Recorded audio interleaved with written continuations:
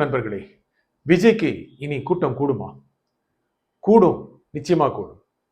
சரி, கூடாது, அந்த அளவுக்கு கூடாது அப்படின்னா அது என்ன எதிர்வினை கொடுக்கும்? ஒருவேளை கூட்டம் அதிகம் கூடல அப்படின்னா அது விஜய்க்கான ஆதரவு இல்லைன்னு அர்த்தமா? விஜய்க்கு கூட்டம் கூடாமல் போச்சுன்னா விஜய்க்கான ஆதரவு இல்லாமல் போயிருமா?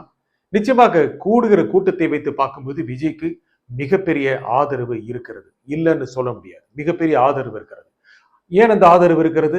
அவரை ஒரு நடிகராக பார்க்க விரும்புகிறார்கள். ஆமா, ஒரு நடிகராகத்தான் பார்க்க விரும்புறாங்க. அந்த நடிகரை நேர்ல பார்க்கணும்னு விரும்புறாங்க. எத்தனை நாட்கள், கிட்டத்தட்ட 30 ஆண்டுகள் திரையில் பார்த்த மிகப்பெரிய நடிகரை நேரில் பார்க்க மாட்டோமா அப்படிங்கிறதுக்காக மக்கள் கூடுறாங்க. இல்லைன்னு மறுக்க முடியாது. ஆனா இவங்கெல்லாம் அரசியல் ரீதியாக பயன்பட மாட்டாங்க, ஓட்டாக மாற மாட்டாங்க அப்படிங்கிறது சரியில்லை. இவர்களில் பெரும்பாலானவர்கள் ஓட்டாகத்தான் மாறுவார்கள். ஒருவேளை இனி கூட்டம் கூடுவதற்கு தயக்கம் காட்டுச்சுன்னா, எதுக்கு கூடணும், ரொம்ப பேர் கூடிடுவாங்களே, அக்கம் பக்கத்து மாவட்டக்காரங்களா வந்துருவாங்களே அப்படிங்கிற அச்சம் கூட்டத்தினருக்கு, விஜயுடைய ரசிகர்களுக்கு, தொண்டர்களுக்கு இருக்கலாம். விஜய் கூட இன்னும் கூட சரியாக தன்னுடைய கூட்டத்தை பராமரிக்கக்கூடிய வாய்ப்புகள் இருக்கு. ஏன்னா நிர்வாகிகள் பெரிய அளவுக்கான அந்த கட்சியில முழுமையா செயல்படுறாங்களா அப்படிங்கிறது மிகப்பெரிய சந்தேகம். ஏன்னா பல்வேறு விதிகள் விதிக்கப்பட்டும் கூட அந்த விதிகள் சரியாக கடைபிடிக்கப்படல. அதுக்கு காரணம் நிறைய கூட்டம் கூட்டணும், நிறைய கூட்டத்தை காட்டணும் அப்படிங்கிற எண்ணம் இருந்திருக்கலாம். சரியாக கடைபிடிக்கப்பட்டு இருந்தால் நிர்வாகிகள் எல்லாமே ஒரே இடத்தில் நிறைய பேர் கூட்டாம நிறைய இடங்களில் பரவ வச்சிருந்தாங்க அப்படின்னா மிகவும் சிறப்பாக இருக்கும். இனி வருகின்ற நாட்களில் அதை செய்யக்கூடிய வாய்ப்பு இருக்கு. நேரடியாக ரோட் ஷோங்கிற வகையில நடத்தாமல் கூட பல்வேறு ஊர்களில் பொதுக்கூட்டங்களை விஜய் நடத்தக்கூடிய வாய்ப்பு இருக்கு.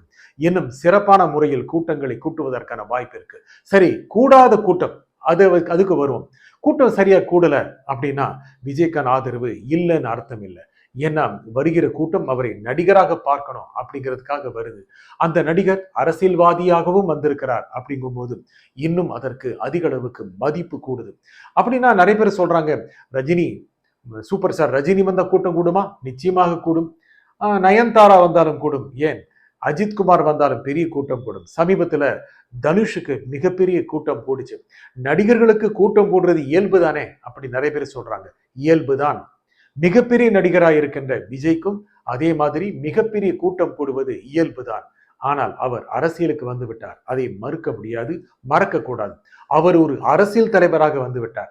அது இந்த மக்களுக்கு, கூடுகின்ற கூட்டத்திற்கு நல்லாவே தெரியும். சிறுவர்கள் வர்றாங்க, சின்ன பசங்க வர்றாங்க. அதே சமயம் ஓட்டு போடக்கூடிய தகுதி உடையவர்கள் வர்றாங்க. அவங்க 18 வயசுலேருந்து 20 வயசு, 25, 30 வயசுக்காரங்க மட்டுமல்ல, 40க்கு மேற்பட்டவங்களும் வர்றாங்க. அவர்கள் எல்லாரும் வெறும் நடிகராக மட்டுமே அவரை பார்க்கவில்லை, ஒரு அரசியல் தலைவராக பார்க்கிறார்கள்.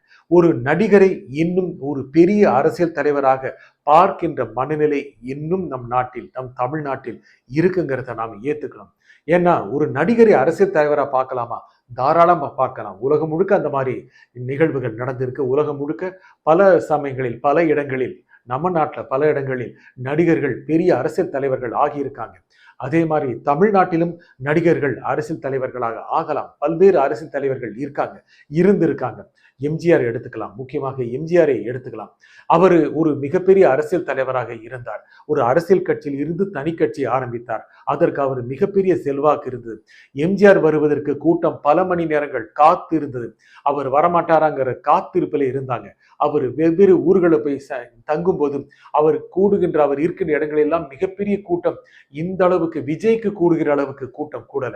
ஆனால் ஒரு மரியாதையோடு, ஒரு அச்சத்தோடு, ஒரு பெரிய அதிகாரத்தில் இருப்பவர் என்ற தயக்கத்தோடு கூட்டம் அவரை பார்த்தது.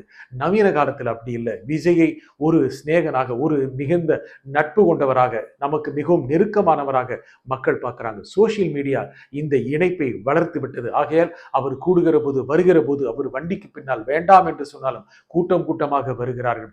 இந்த இடைவெளி குறைந்து கொண்டே வந்து விட்டது. ஆகையால் விஜய் எல்லா இடங்களிலும் எளிதாக போக முடியறதில்ல, எளிதா எல்லார்கிட்டையும் போய் பேச முடியறதில்ல, இயல்பா வந்து களத்துல போராட முடியறதில்ல, களத்துல வந்து அவர் கலந்துக்க முடியறதில்ல. இதுதான் அவருக்கு இருக்கின்ற எதிர்மறையான விஷயங்களை நிச்சயமா ஏத்துக்கலாம். ஆகையால அவருக்கு கூடுகின்ற கூட்டம் மிகவும் மிகவும் அதிகமா இருக்கிறது. வெறி பிடித்த கூட்டமாக இருக்கிறது. எம்ஜிஆருக்கு கூட்டினார்கள். அவர் கிட்டத்தட்ட பல ஆண்டுகள் அரசியல் செய்து தனிக்கட்சி ஆரம்பித்து 5 ஆண்டு தனிக்கட்சி ஆரம்பித்து கிட்டத்தட்ட 5 ஆண்டுகள் கழித்து தான் ஆட்சிக்கு வராரு. ஆனா அதே சமயம் என்டிஆர் கட்சி ஆரம்பிச்சு கிட்டத்தட்ட ஒரு 6 மாசத்துல வந்துட்டார். என்டிஆருக்கு அங்க இருந்த மரியாதை வேறு. அவரை ஒரு கிருஷ்ணனாக பார்த்தார்கள். அது ஒரு அவதாரமாக பார்த்தார்கள். அவதாரம் கட்சி ஆரம்பித்து விட்டதா அப்படின்னு நினைச்சு அவரை ஆட்சியில் அமர்த்தினாங்க. ஆனா அதே சமயம் அங்கு அவருக்கான தேவை இருந்தது. அப்பொழுது காங்கிரஸ்க்கு எதிராக ஆந்திராவில் மக்கள் எதிர்மறை மனநிலை கொண்டிருந்தாங்க. அவர் அரசியலுக்கு வருவது எளிதாக இருந்தது. இன்னும் கூட நமது நாட்டில் அரசியல் தலைவர்கள் பலர் திரைப்பட நடிகர்களாக இருந்து இருக்கிறார்கள். அவர்கள் அரசியலுக்கு வந்து வெற்றி பெற்று இருக்கிறார்கள். ஆனால் விஜய் இவர்கள் யாரு போலவும் இல்லை. அவர் எம்ஜிஆர் இல்லை, அவர் என்டிஆர் இல்லை, அவர் இன்னும் பல தலைவர்கள், அரசியல் தலைவர்கள், நடிகராக ஆன அரசியல் தலைவர் இல்லை. விஜய் ஒரு வேறுபட்ட ஒரு அரசியல் தலைவர். அரசியல் தலைவரை ஏத்துக்கிட்டு தான் ஆகணும். ஒரு சம்பவம் அவரை முழுக்க முழுக்க ஓரம் கட்டி விடாது.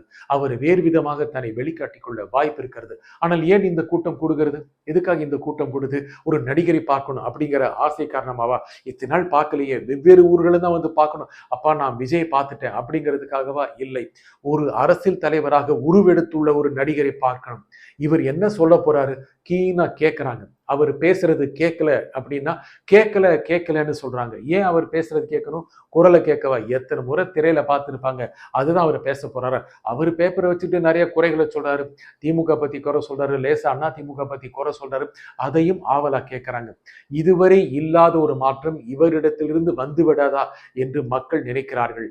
ஒரு நடிகன் கிட்ட இருந்து தானா ஒரு அரசியல் தீர்வு காணணும் அப்படின்னு நீங்க கேட்கலாம், உங்களை பலர் கேட்கலாம், படித்தவர்கள் கேட்கலாம். ஆனால் மக்கள், சாதாரண மக்கள், ஓடி வந்தவர்கள் எல்லாம் படிக்காதவர்கள் அல்ல.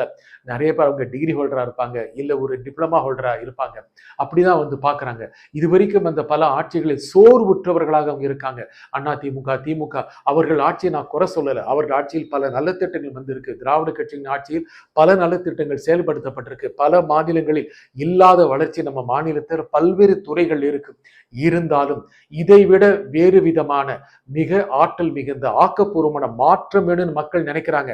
இது விஜய் கிட்ட இருந்து வந்துராதான் நினைக்கிறாங்க. விஜய் கிட்ட போய் எதிர்பார்க்கலாமா அப்படின்னு கேட்க முடியாது. மக்கள் யாரோ ஒரு இடத்தில் எதிர்பார்க்கிறார்கள். ஒரு பெரிய திரை பிம்பமா அரசியல் உருவம் பூண்டு வருகின்ற விஜயை பார்த்து இவர்தான் நம்மளுடைய தீர்வாளர் போல இருக்கு அப்படின்னு மக்கள் நினைக்கிறாங்க. அதை நாம் குறைத்து மதிப்பிட முடியாது. விஜய் கிட்ட போய் எதிர்பார்க்கலாமான்னு நினைக்காதீங்க. விஜய் கிட்ட எதிர்பார்க்கிறாங்க. அதனால மக்கள் கூடுறாங்க. விஜய் கிட்ட அந்த ஒரு திரை ஆற்றல் மட்டும் இல்லாமல் அரசியல் ஆற்றலும் பெருகி கொண்டிருக்கிறது. அதை மறுக்க முடியாது. ஆக இனி வருகின்ற நாட்களில் அவர் கூட்டங்களை நெறிப்படுத்த வாய்ப்பு இருக்கு, முறைப்படுத்த வாய்ப்பு இருக்கு. அவருடைய நிர்வாகிகள் வேறு திட்டங்களை வகுக்க வாய்ப்பு இருக்கு. அரசாங்கம் கொடுக்கின்ற விதிகளை சரியாக கடைபிடிக்கின்ற வாய்ப்பு இருக்கிறது. அரசாங்கமும் இந்த நடிகருக்கு, இந்த தலைவருக்கு கூடுகின்ற கூட்டத்தை பார்த்து விதிகளை தளர்த்துவது மட்டுமில்லாம இன்னும் பாதுகாப்பு ஏற்பாடுகளை சரியாக செய்யக்கூடிய வாய்ப்பு இருக்கு.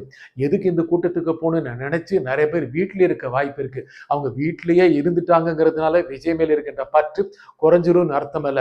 ஏனென்றால் போக முடியலையேங்கிற ஏக்கம் மிகுந்தவர்களாக அவங்க மாறுவாங்க.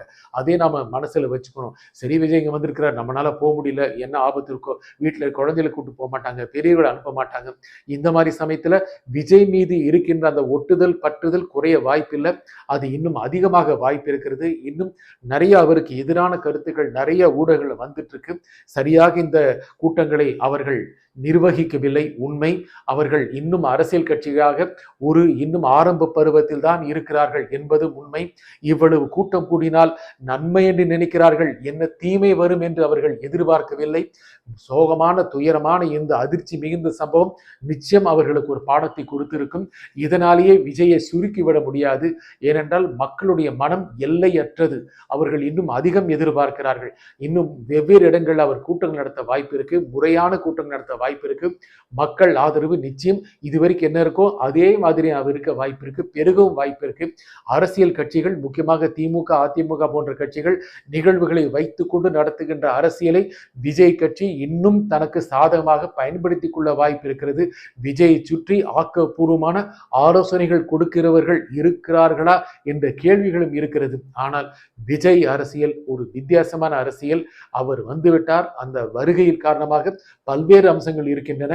எதிர்மறை அம்சங்கள் நடக்கின்றன என்றால் அவருடைய ஆற்றலுக்கு சமமானவை அவை. அவருடைய ஆகிருதி, அவருடைய வெற்றி, அவருடைய பர்சனாலிட்டி, அவருடைய ஆளுமை, அவருடைய மிகப்பெரிய கெத்து, இதுக்கு ஈக்குவலா தான் பல விஷயங்கள் நடக்குது. இன்னும் கூட பல அம்சங்கள் அவருக்கு எதிரானதாக நடக்கக்கூடிய வாய்ப்புகள் கூட இருக்கலாம்.